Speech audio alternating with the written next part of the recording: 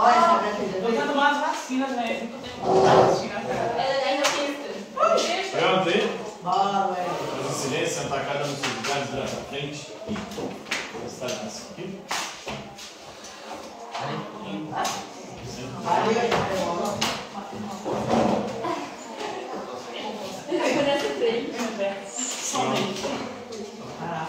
Senta.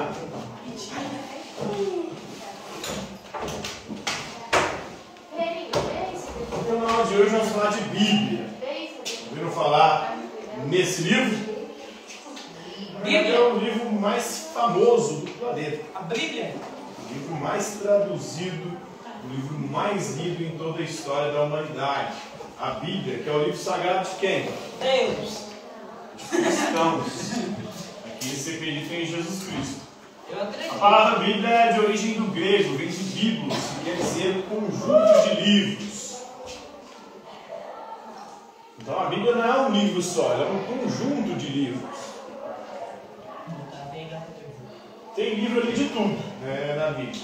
Tem livros históricos, livros proféticos, livros apocalípticos, livros de cânticos, de poesia, de salmodia. Então, existe uma imensidade muito grande de livros diferentes dentro de um mesmo livro que é a Bíblia. E os cristãos acreditam que a Bíblia ela foi escrita, inspirada e movida por Deus. Então teria sido Deus quem inspirou os seres humanos para que escrevesse aquela que seria a sua palavra, a sua vontade para a humanidade. Então não seguimos fábulas engenhosamente inventadas, fomos testemunhas oculares da sua majestade. Na segunda carta de Pedro, capítulo 1, versículo 16. Ou seja, ele está querendo dizer aqui que a Bíblia não é uma mentira. Na verdade, a Bíblia é a tradução de histórias reais daqueles que viveram a experiência de Deus. No caso de Pedro, ele como apóstolo de Cristo, ele teria convivido com o próprio Deus feito homem na pessoa de Jesus Cristo. Então a Bíblia é considerada um livro dos livros, ou um livro que tem uma porção de outros livros. E, como eu disse, é o livro mais traduzido, mais lido em toda a história da humanidade. Tem também vários gêneros literários, como eu disse, tem os livros históricos, os livros genealógicos, os livros proféticos, os livros de cânticos, de poesia, de salmodia, os livros apocalípticos.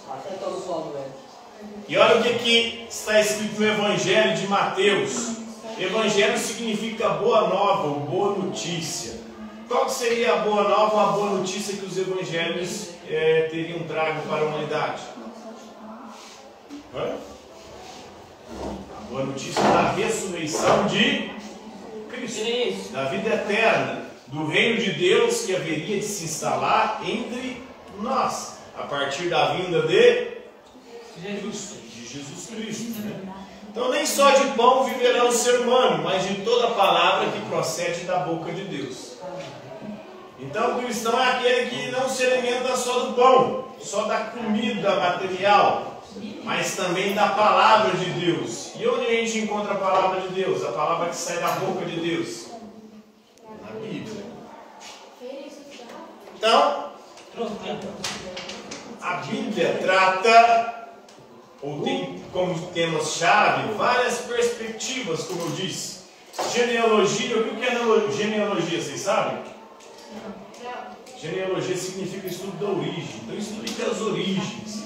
Desde o livro do Gênesis, até os evangelhos também, alguns evangelhos contam a genealogia de Jesus, ou seja, a história e a descendência de Jesus, colocando-o como descendente de Abraão, de Moisés, de Davi.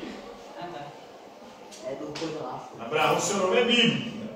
Abraão é considerado o pai da fé, o patriarca da religião judaica e também o patriarca do cristianismo. Tudo que começou, Maria seria a mãe de Jesus, aquela que o anjo anunciou. O anjo de Deus anunciou a Maria e ela concebeu do Espírito Santo. O Espírito Santo de Deus a engravidou. E dela nasceu o Filho de Deus, Jesus Cristo. Ele chegou para ela e a saudou: Ave Maria, cheia de graça, o Senhor é contigo, o Senhor é convosco. E depois isso acabou virando uma oração para os cristãos católicos. Ave Maria, cheia de graça, o Senhor é convosco, bendita sois vós entre as mulheres, e bendito é o fruto do vosso ventre, Jesus. E a segunda parte que agora, né, que é depois criada pelos católicos. A morte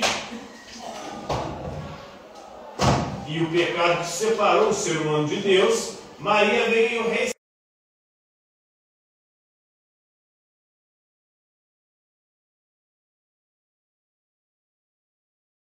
Quando ela disse sim para o anjo, e assim concebeu do Espírito Santo, dando a luz a Jesus, o Salvador da humanidade. Emanuel, Deus conosco. Então tem genealogias, livros proféticos que são profecias.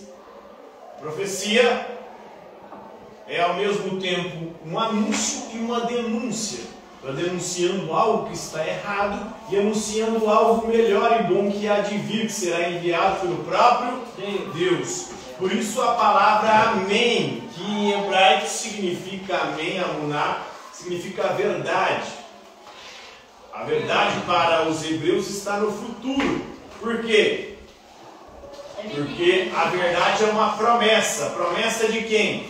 De Deus. E essa promessa, aquele que crê, sabe que ela há de se cumprir. Ela é verdadeira. Ela em algum momento vai se cumprir de acordo com a vontade de Deus. Então amém é isso. É a crença de que a promessa de Deus irá se cumprir. Quando você fala amém nas orações, os cristãos costumam falar isso. O amém quer dizer isso. Que assim seja. Ou seja, que seja feita conforme a vontade de Deus. Dentre as capas da Bíblia estão todas as respostas para todos os problemas que os seres humanos enfrentam, segundo Ronald Reagan, que foi presidente dos Estados Unidos na década de 1980. Ele acredita que na Bíblia há a resposta para todos os problemas da humanidade.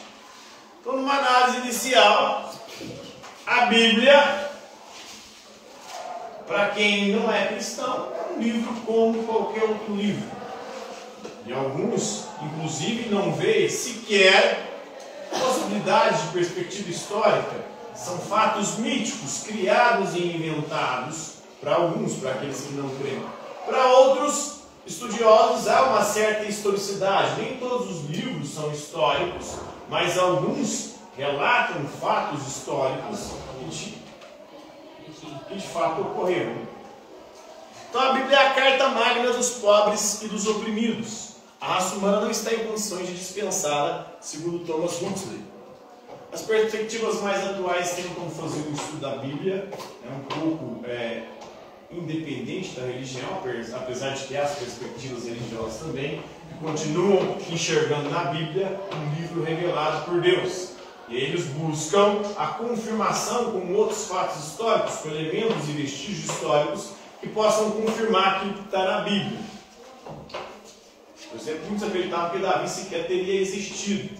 Recentemente, na década de 90, descobriu-se algumas referências cruzadas, ou seja, referências que não se resumem ao livro bíblico, mas referências arqueológicas encontradas na região da Judéia, na região de onde hoje é Israel, que é um país que outrora era a terra prometida para Abraão por Deus. Deus disse para Abraão: Abraão, saia de Ur, da sua terra, e vai para a terra que eu vou lhe mostrar. É uma terra que jorra leite e mel, e onde você terá uma descendência tão numerosa quanto as estrelas do céu. Porque Abraão não tinha filhos, ele era casado com Sara, e Sara era estéril. Deus deu um filho para ele, depois Isaac.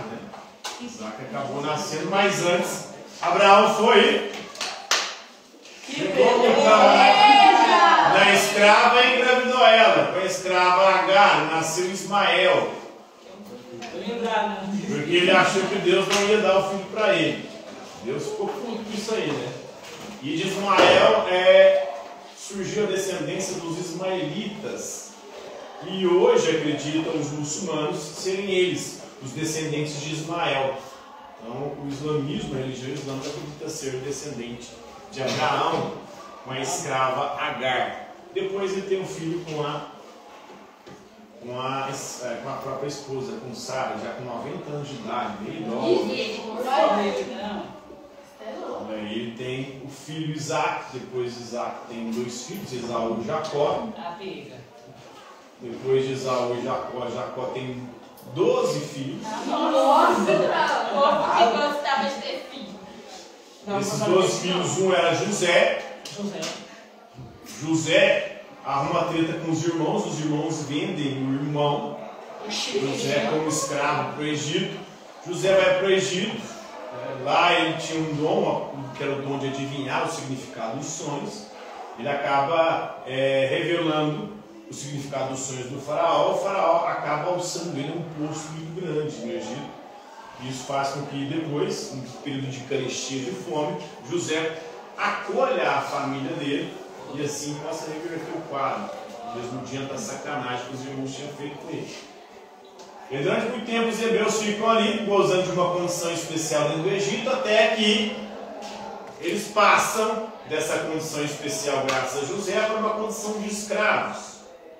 E eles se tornam escravos do Egito, o povo hebreu, o povo judeu. E aí, nessa escravidão, Deus acaba suscitando um líder, que é Moisés, que vai libertar o povo da escravidão no Egito. E vai levá-los atravessando o Mar Vermelho, a pés enxuto. O mar se abriu e eles passaram. E assim dá continuidade. Moisés fica andando 40 anos com eles no deserto, com o povo de Deus. Ali ele recebe os 10 mandamentos, as tábuas. Acaba que morre e aí é sucedido pelo Josué. Depois tem o período dos juízes, aí vem os reis. Professor, é verdade que Saúl, todos que moravam... Davi, depois Salomão. É verdade que todos que moravam no Egito eram careca? No Egito, eles costumavam raspar a cabeça, né? Não era que eram carecas, eles raspavam a cabeça. Pegar piolho. Então hoje há muitos estudos laicos aí da Bíblia tentando entender e descobrir o que é de fato verdade histórica e o que não, o que é mito, o que são narrativas e não tem respaldo histórico. Então isso é um pouquinho da introdução à Bíblia. Compreendendo o conteúdo de hoje? Alguma dúvida? Está tranquilo? Sim. Está favorável? Sim. Por hoje é isso aí. Pega o olho do período. Ó, tô chegando.